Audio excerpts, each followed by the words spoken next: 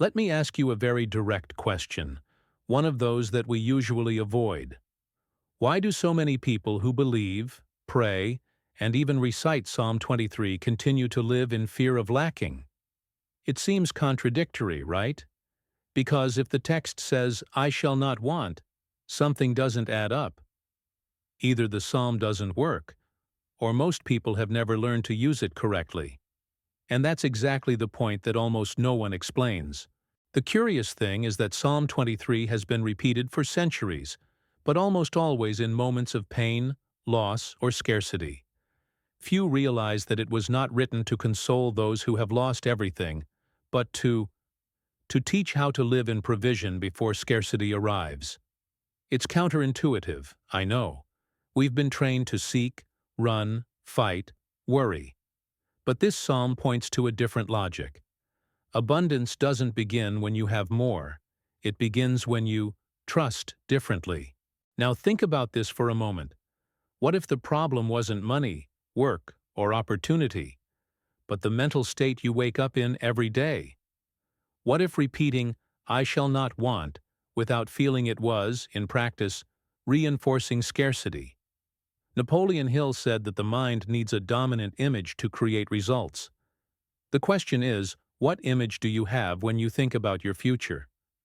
In this video, you'll understand why Psalm 23 is much more than just a beautiful or spiritual text. It functions as a silent manual for reprogramming the mind, capable of dissolving the fear of poverty, aligning confidence, and creating space for abundance to flow in a practical, daily, and real way. And perhaps, in the end, you'll realize that what was missing was never something external. It was just an internal adjustment that changes everything. Psalm 23 as a code for abundance, not just comfort. Psalm 23 didn't become famous just because it offers comfort. It became famous because reorganizes the mind many people recite automatically on a difficult day, and that's it. But here's the thing, right from the first sentence, there's already an emotional password. The Lord is my shepherd, I shall not want. And this isn't pretty poetry. It's internal positioning. When someone says, "I shall not want," truthfully, the brain understands survival mode is over. And when survival mode is switched off, life begins to have room to flow. Most people think prosperity is just about having more. But Psalm 23 starts from a different premise. To be guided.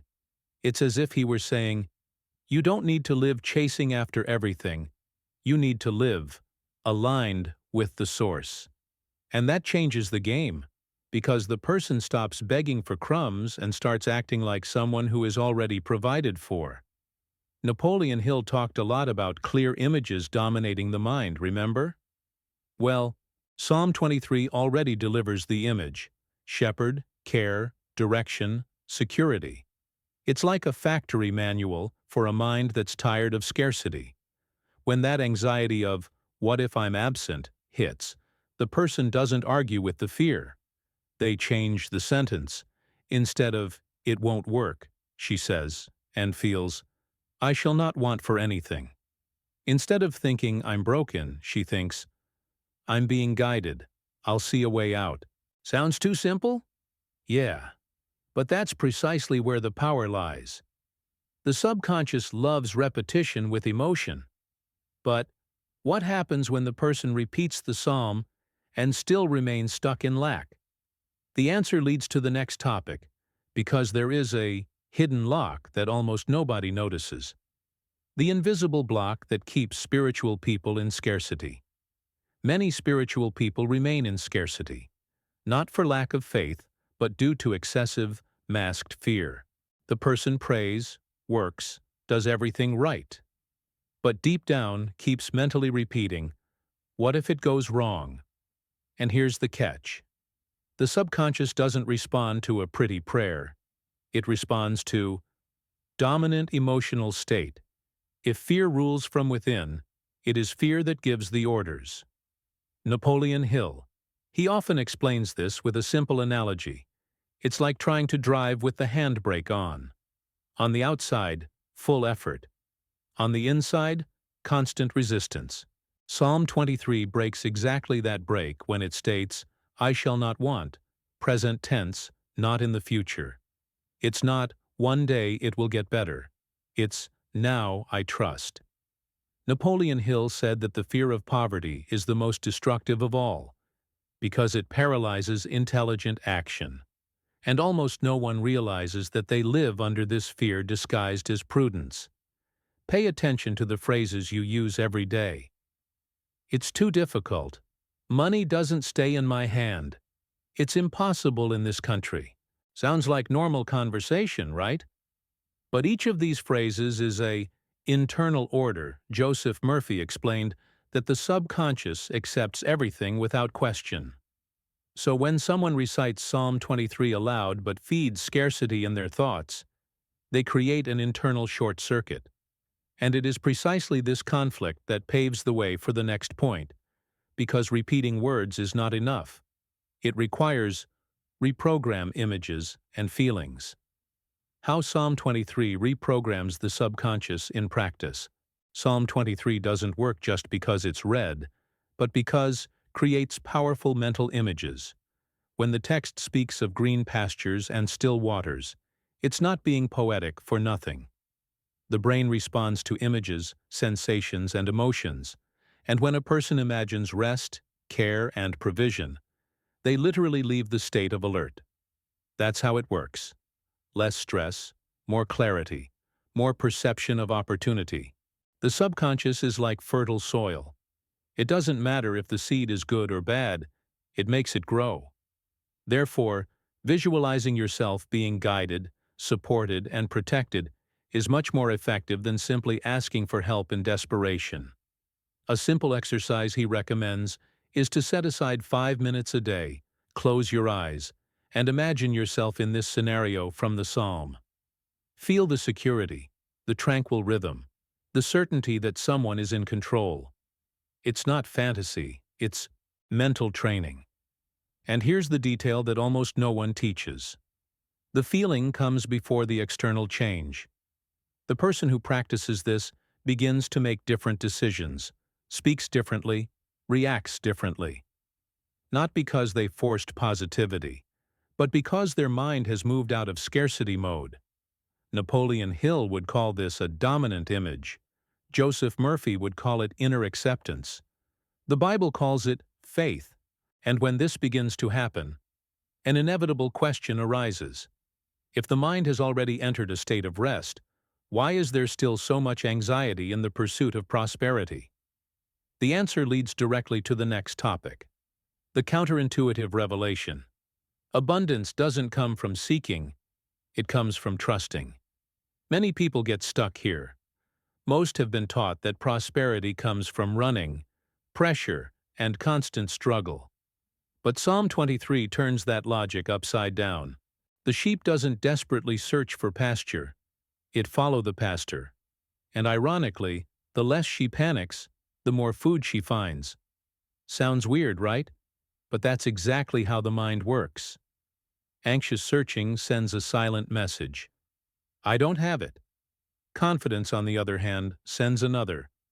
I am being guided. Napoleon Hill said that persistence is not continuous despair, but firm alignment with purpose.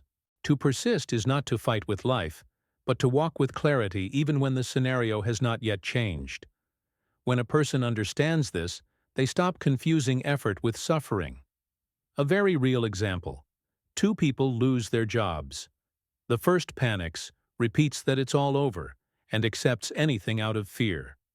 The second breathes, internally affirms, I shall not want, and acts calmly. The same external situation, totally different internal states, and results as well. Neuroscience confirms. Confidence activates creativity.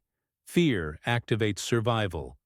And when this becomes clear, the natural question arises. How to transform this confidence into something daily, something practical that doesn't depend on your mood that day. That's where the next topic comes in. The practical secret to living abundantly every day. Abundance is not a rare event. It is a daily mental habit. Psalm 23 makes this clear. when it states that goodness and mercy follow the person every day, not just on good days. In other words, those who live in trust learn to look for signs of provision in everyday life, even when the external scenario isn't perfect. And yeah, that completely changes the way you live. Napoleon Hill. The text often suggests something simple yet powerful. Before going to sleep, the person mentally reviews 3 moments of the day when they perceived provision. It could be a good conversation at the right time, a simple meal, an idea that came to them, a door that didn't close. This trains the subconscious to recognize abundance as a pattern. Joseph Murphy taught that the state before sleep is the most fertile for mental programming. So instead of going to sleep worried, the person falls asleep. Confirming provision. Gradually, this habit changes everything. Decisions become clearer, anxious impulses decrease, and opportunities begin to be perceived where before there was only fear. It's not magic, it's internal coherence. The person begins to act like someone who trusts that they will be provided for, and this generates smarter choices, healthier relationships, and even more courage to move forward. But at this point, it's impossible not to ask, how to unite all of this into a single, strong message that grabs attention from the very first seconds of the video? That's exactly what the introduction needs to do. If all of this makes sense, the question is no longer, will it work? But what are you going to do with this from today onwards? Because knowledge that doesn't translate into practice becomes just another nice piece of information stored in the mind. Psalm 23 wasn't made to be admired. It was made to be vivid. Pay attention to your daily life from now on. What phrases do you repeat when things get tough? Where does fear still hold more sway than confidence? What if, in the coming days, you consciously chose to replace "what if I lack something" with "I will lack nothing"? Small internal decisions create big external changes. And yes, this requires practice. It requires attention. But it also gives you something precious: peace, while the path is still being built. Abundance is not the absence of problems.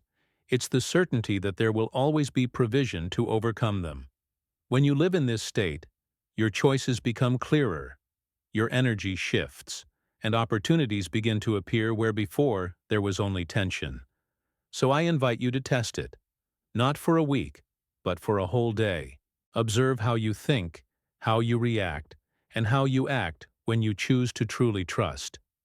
If this content resonated with you, write it in the comments below. In which area of your life do you need to activate the "I shall not want" mentality? This helps not only you but other people who are reading this now. And of course, subscribe to the channel and activate the notification bell. Because here we don't deliver empty motivation. We teach how to align faith, mind, and practice to live a life with more clarity, confidence, and prosperity.